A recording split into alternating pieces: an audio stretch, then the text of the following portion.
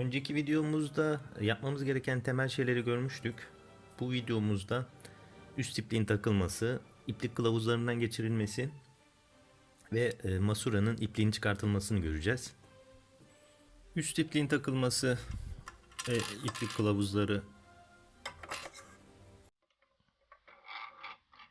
1, 2, 3, 4, 5, 6 tane geçireceğimiz iplik kılavuzu var.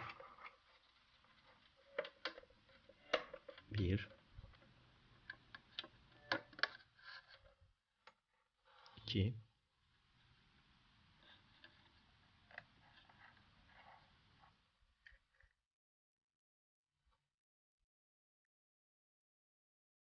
'Tansiyondan ipliği geçireceğimiz 2 tane bölüm var. Bir buradan geçirebiliriz veya diğerinden geçirebiliriz. Tek iğne kullanıyorsak herhangi birinden geçirebiliriz. Farkı yok. Eğer 2 tane kullanacaksak, çift dikiş iğne kullanacaksak birini buradan, diğerini de buradan geçireceğiz.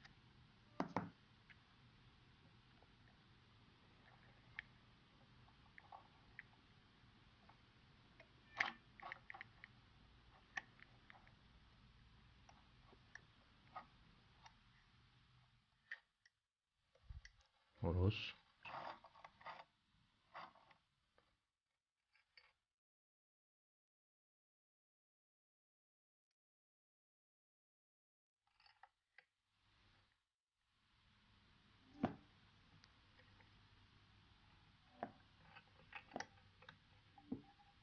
Ve iğnemiz. İğneden geçirmek için ben bu yardımcı aleti kullanıyorum.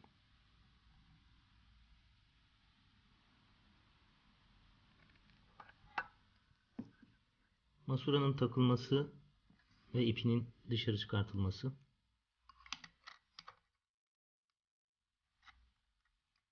Evet, bu şekilde iğnemizin ipini, çıkan ipini geri kaçmaması için tutarak volanı bir tur çeviriyoruz. Evet, gördüğümüz gibi masura ipliğini yakaladı. Çevirmeye devam ediyoruz. Evet, çıkarttı.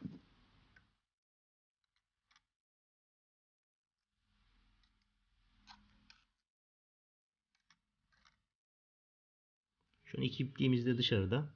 Dikmeye hazırız. Çıkarttığımız ipleri keserken dikkat etmemiz gereken geriye kaçmaması için biraz pay bırakmak. Bir 10 santim kadar yeterli. Evet, yapılması gerekenleri yaptık. Makinemiz şu an hazır bir hale geldi. Kumaşımızı koyup ilk dikişimizi yapabiliriz.